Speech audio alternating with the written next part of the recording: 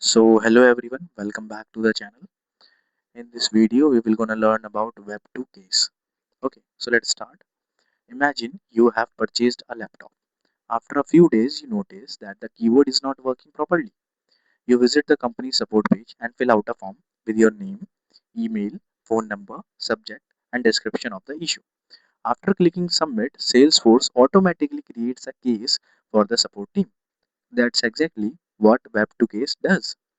In simple words, Web2Case is a Salesforce feature that automatically creates case records when customers submit a support form on your website. So, without Web2Case, customers need to send email to the company for their issue, and support agents need to create cases manually, and requests can be delayed or maybe missed. So, with Web2Case, there are multiple benefits. Cases are created automatically, customers receive faster support. Support teams work more efficiently, no manual data entry is required, and every request is tracked from the beginning. So the process is very simple. A customer opens your support page, they fill out the case form, they click submit, Salesforce receives the information, and a new case record is created automatically. And then the support team starts working on that case. The entire process happens within a few seconds. So let's move on to the Salesforce org and let's see how we can create a web to case. So now I have opened my org, and here what you need to do, first you need to go to the gear icon and go to the setup. And here in the setup you need to search web to case. So let me search web, and you can see there is an option of web to case. So let me click on it, and here you can see enable web to case is enabled here, and if it is not enabled in your org then you need to enable it.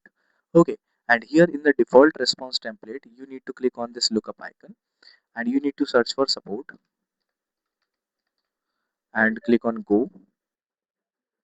So you can see I have two options here, support case created and support case response here.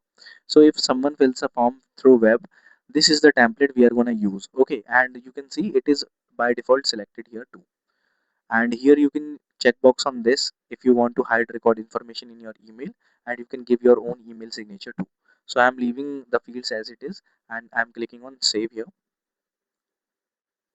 After that you need to go to this web to case HTML generator. Okay, so let me click on it, and here you can see these are the fields which will gonna be in your HTML form, and these all fields are coming from case object. Okay, you can also choose other fields too, but I am leaving it as it is. Here when a user clicks on submit on your HTML form, he or she will be redirected to a link. So that is the link you need to provide here. So I am choosing www.google.com here, and here I don't need to use reCAPTCHA. Okay, so I am disabling it. If you want to use reCAPTCHA, I have already shown you how you can use reCAPTCHA in my previous video web to lead. If you want to use reCAPTCHA, you can use the same steps which I have done in my last video.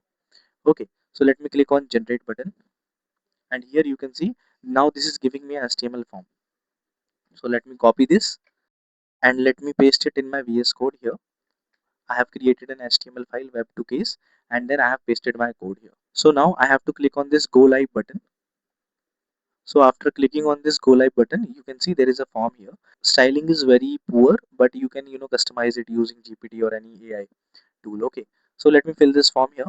So I have filled the form here. The contact name is Sachin Singh, and the email is segwexsalesforce@gmail.com, and phone number is something I have made up, and there is a subject and there is a description. So let me click on submit button,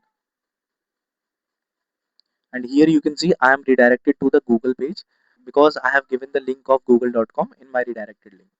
So let me go to my home page now and let me refresh this. And now let's go to the cases. Here in the more section, you can see the cases object. And here let me go to all open cases.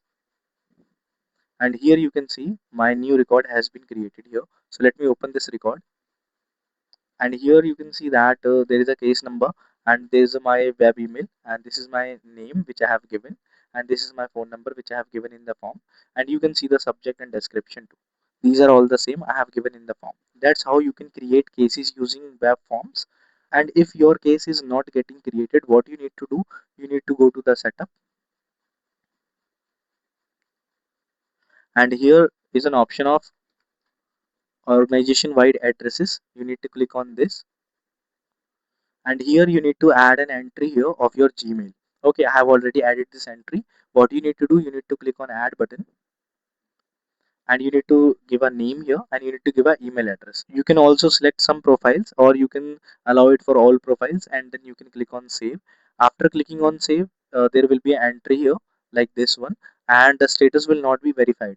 Okay, so you need to go to your this email address whatever you have given and verify it first. Okay, then after the status is verified, then your cases will be appear here.